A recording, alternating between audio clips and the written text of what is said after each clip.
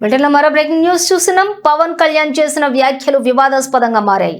తెలంగాణ వారి దిష్టి తగలటం వల్లే కోనసీమ కొబ్బరి చెట్లు పాడవుతున్నాయని అర్థంలో పవన్ వ్యాఖ్యలు చేయడం పట్ల తెలంగాణ నాయకులు భగ్గుమంటున్నారు. ఈ నేపథ్యంలో తెలంగాణ జాగృతి అధ్యక్షురాలు కవిత కూడా స్పందించారు. పవన్ కళ్యాణ్ తెలంగాణకు ఎల్లప్పుడూ వ్యతిరేకంగా ఉంటాడని తెలిపారు. పవన్ కళ్యాణ్ తన ప్రకటనలను గుర్తుంచుకోవాలని, ఏపీకి డిప్యూటీ సీఎం అని ఏపీ ప్రజలకు ప్రాతినిధ్యం వహిస్తున్న విషయం గుర్తు చేసుకోవాలని కవిత సూచించారు. రాష్ట్రం కోసం మన ప్రాణత్యాగం మనం చేసుకుంటే సినిమా యాక్టర్ అయిన పవన్ కళ్యాణ్ ఆనాటి నుంచి ఈనాటి వరకు మనకు వ్యతిరేకమే. ఇవాళ కూడా ఆయన మాట్లాడుతున్నాడు, తెలంగాణ నాయకుల దిష్టి కళ్ళతోని కోనసీమ పాడైంది అంటుండు. మనం ఎన్నడూ దిష్టి పెట్టలే. కోనసీమ బాగుంది, కోనసీమ ఎట్లుందో అట్లా తెలంగాణ కావాలనుకున్నాం తప్పితే ఏనాడు కూడా తెలంగాణ బిడ్డలకు మనసు చిన్నగా ఉండదు, పెద్దగా ఉంటుంది, పెద్దగా ఆలోచిస్తాం.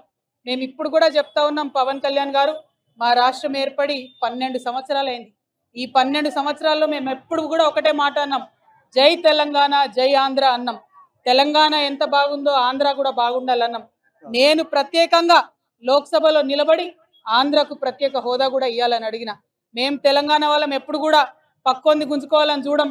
పక్కోడు బాగుంటే మా కళ్ళు మండయి. మేం బాగుండాలని కోరుకుంటాం తప్పితే పక్కవాడు చెడిపోవడాలని ఎప్పుడు కోరుకోలేదు. మా ఉద్యమంలో ఒకవేళ మేము అట్లా కోరుకున్నట్టయితే ఉద్యమ స్వరూపం వేరేలాగుండే. మా బిడ్డలు ఆత్మ బలిదానాలు చేసుకున్నారు తప్పితే ఒక్క పరాయి రాష్ట్రం వాడి వ్యక్తి మీద కూడా చెయ్యి ఎత్తలేదు మేము ఎప్పుడు కూడా. ఆ విషయాన్ని దయచేసి పవన్ కళ్యాణ్ గారు గుర్తుపెట్టుకోవాలి.